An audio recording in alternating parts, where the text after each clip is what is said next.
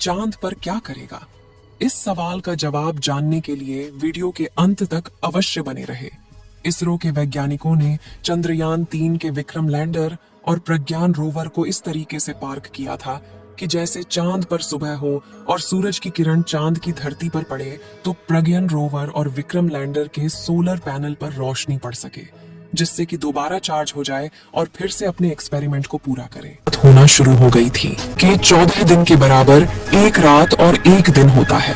चांद पर रात 14 दिनों तक होने के कारण चांद की धरती का तापमान काफी ज्यादा घट जाता है, यानी कि रात के समय चांद का तापमान लगभग -250 डिग्री सेल्सियस तक पहुंच जाता है और -250 डिग्री सेल्सियस तापमान के कड़ाके की ठंड में किसी भी इलेक्ट्रिक इंस्ट्रूमेंट का काम कर पाना संभव नहीं है। लैंडर और प्रज्ञान रोवर को स्लीप मोड में डाल दिया था।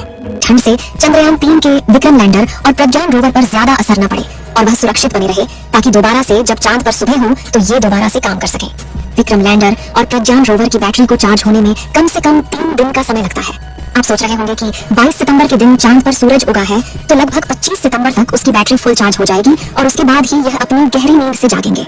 लेकिन ऐसा बिल्कुल भी नहीं है। इसके लिए आपको बता दें कि चांद के दक्षिणी ध्रुव पर 19 सितंबर के दिन ही सूरज निकल चुका था और अब चांद पर सूरज को निकले करीब 3 दिन हो चुके हैं और अब तक चंद्रयान-3 के विक्रम लैंडर और प्रज्ञान रोवर की बैटरी पूरे तरीके से चार्ज हो चुकी है। विक्रम लैंडर और प्रज्ञान रोवर की बैटरी चार्ज होने के बाद बारी आती है वैज्ञानिकों को विक्रम लैंडर तक रेडियो सिग्नल भेजने की।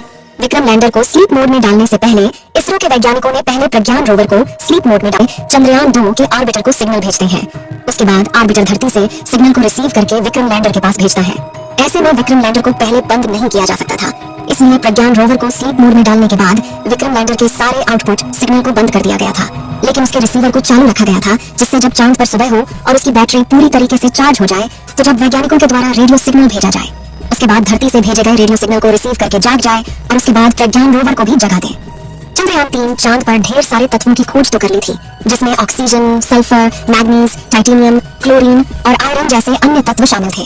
प्रज्ञान रोवर ने चांद पर लेजर डिटेक्शन के द्वारा ऑक्सीजन की खोज तो कर ली थी, लेकिन हाइड्रोजन की खोज कर पाना बाकी था। जैसा कि आपको मालूम होगा कि पानी हाइड्रोजन और ऑक्सीजन से मिलकर बना होता है। अगर चांद की धरती पर हाइड्रोजन की खोज हो जाती है तो चांद पर पानी पाए जाने की पुष्टि की जा सकती है।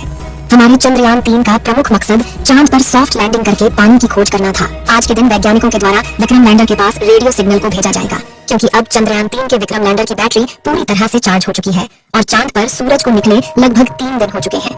टेम्परेचर भी सही सलामत हो जाए।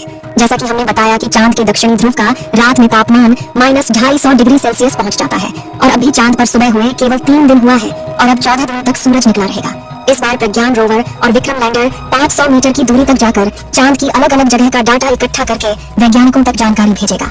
जब वैज्ञानिकों ने चंद्रयान-3 लैंडर और रोवर को स्लीप मोड में डाला था तो उसकी जगह को चेंज करके एक समतल जगह पर किया गया था, जिससे कि सूरज की रोशनी उनके सोलर पैनल पर पूरी तरीके से पड़ सके।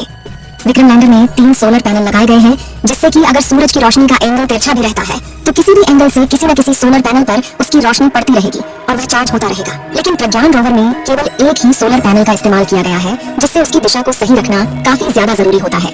जब प्रज्ञान रोवर एक्सपेरिमेंट करता है तो उसका विशेष ध्यान रखा जाता है कि जिस एंगल से सूरज की रोशनी आ रही हो, प्रज्ञान रोवर का सोलर पैनल उसी एंगल में सूरज की दिशा में रहे, जिससे कि लगातार उसकी बैटरी चार्ज होती रहे।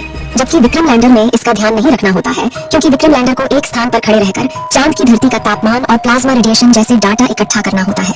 अब आप सोच रहे होंगे कि जब उनकी बैटरी पूरी तरह से चार्ज हो चुकी है तो उन्हें अब जाग जाना चाहिए, लेकिन अभी तक वह चंद्रयान-3 क्यों नहीं जागा है? इसके लिए आपको बता दें कि आज के दिन हो रहा है। तक वैज्ञानिकों के द्वारा चंद्रयान-3 से संबंधित कोई भी जानकारी नहीं दी जाती है, तब तक हमें सही जानकारी मालूम नहीं चलेगी कि हमारे चंद्रयान-3 का विक्रम लैंडर अभी भी सही सलामत बचा हुआ है या फिर चांद पर कड़ाके की ठंड में नष्ट हो चुका है।